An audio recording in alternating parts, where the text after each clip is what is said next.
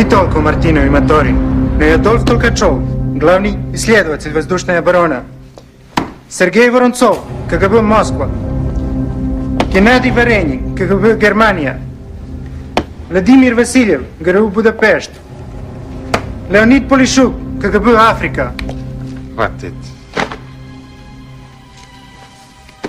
Генерал Поляков, глава военной разведки. Да, товарищ директор. И еще дюжина.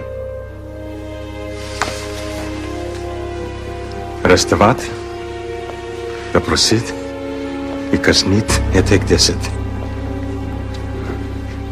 Установить свои аппараты КГБ до пор, пока не закончится допросить.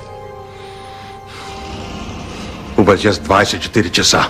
Товарищ директор, такой внезапный крайний акт насторожит ЦРУ и поставит в опасность ценный источник. Может быть, лучше... Я говорю от имени Политбюро. Малейшее опьянение. Че бы то не било. Не скажат казню. Это усажный день в истории КГБ.